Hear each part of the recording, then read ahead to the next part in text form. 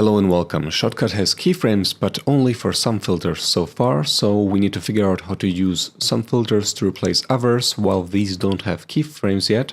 And I'm going to show you how to do this with letterboxing or crop filters, if the intent is to just add borders at the top and the bottom. So to crop a video, or rather add black borders as an animation, let me just add the video, add the timeline, drag the video to the timeline. Enable keyframes. I'm going to drag keyframes to a separate area over here.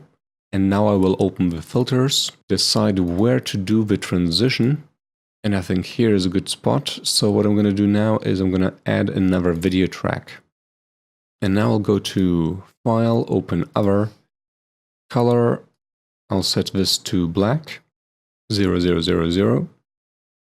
Press OK, drag the black into the new video track, align it with a cut, and make it as long as the rest of the video, at least for how long I want this letterboxing to be.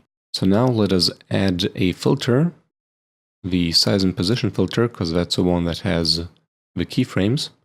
I'm going to extend this. And first, before we really add the keyframes by dragging them in, we're going to just set our desired end position. So let's drag this up, correct the position here. Let's go over the top and go for 600. Okay, let me do another cut, just so I remember where the keyframe is. And now we're going to drag in this one. Not exactly precise. And we're going to jump to the first frame, and here we're going to move it to the very top. Minus 720. And now if we play this back, the letterbox slowly comes into the scene. And so we're doing the same with the bottom. So we're going to create another video track. We're going to copy this clip, paste it in here. And now we're going to adjust these values to their opposite.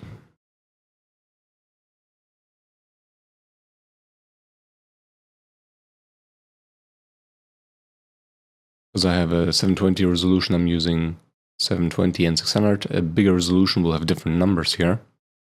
But if we play this back now, we can see some gameplay